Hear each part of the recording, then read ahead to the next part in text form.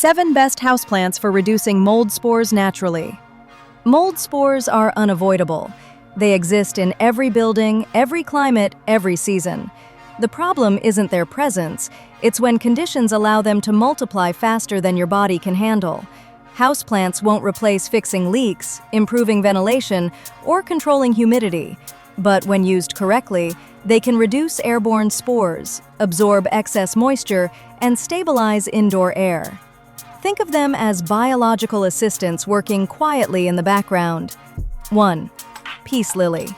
Peace lilies thrive in humid environments, which is exactly why they're effective in mold-prone rooms. Instead of allowing moisture to linger in the air, the plant absorbs it through its leaves, reducing the conditions mold depends on. Its leaf surface also acts as a passive filter. Airborne spores settle onto the leaves instead of remaining suspended in the air you breathe. Regularly wiping those leaves removes trapped particles and keeps the plant functioning efficiently. Peace lilies also tolerate low light, making them ideal for bathrooms, laundry rooms, and shaded corners, places where mold typically appears first. One important note: peace lilies increase humidity slightly at the root level, so they work best in rooms with airflow. Pairing them with a fan or open vent dramatically improves results. 2. English ivy. English ivy has been studied for its ability to reduce airborne mold particles, particularly aspergillus. Its dense foliage creates a large surface area that traps spores moving through the air. Unlike many plants, ivy performs well when elevated. Hanging baskets or wall-mounted planters place it directly in airflow paths where spores circulate most. It also tolerates cooler temperatures and indirect light, making it suitable for basements or north-facing rooms where mold thrives due to poor drying. However, ivy needs regular maintenance. Dust buildup reduces its effectiveness, so gently rinsing the leaves every couple of weeks is essential for keeping it functional. 3. Boston fern. Boston ferns help regulate indoor humidity by absorbing moisture when levels rise and releasing it slowly when air dries out. Mold thrives on fluctuation, and this plant helps smooth those swings. Its feathery fronds increase air movement around the plant itself, disrupting stagnant pockets where spores often accumulate. Ferns perform best in rooms with consistent indirect light and moderate airflow. Bathrooms with windows or bedrooms with circulating fans are ideal locations. Neglected ferns drop leaves, which can create organic debris mold feeds on. Keeping them healthy is critical. This is a plant that rewards consistency. 4. Snake plant. Snake plants tolerate extreme neglect, which is why they succeed where mold often exists. Dark, damp, poorly ventilated rooms. They release oxygen at night and help improve overall air quality, making them ideal for bedrooms where mold-related symptoms are often noticed first. Their rigid, upright leaves allow air to move freely around them, instead of trapping moisture like dense foliage plants can.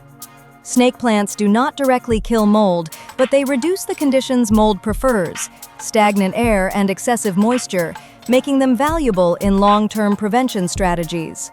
5. Spider plant. Spider plants are deceptively effective. They grow quickly, circulate air at leaf level, and thrive in a wide range of environments.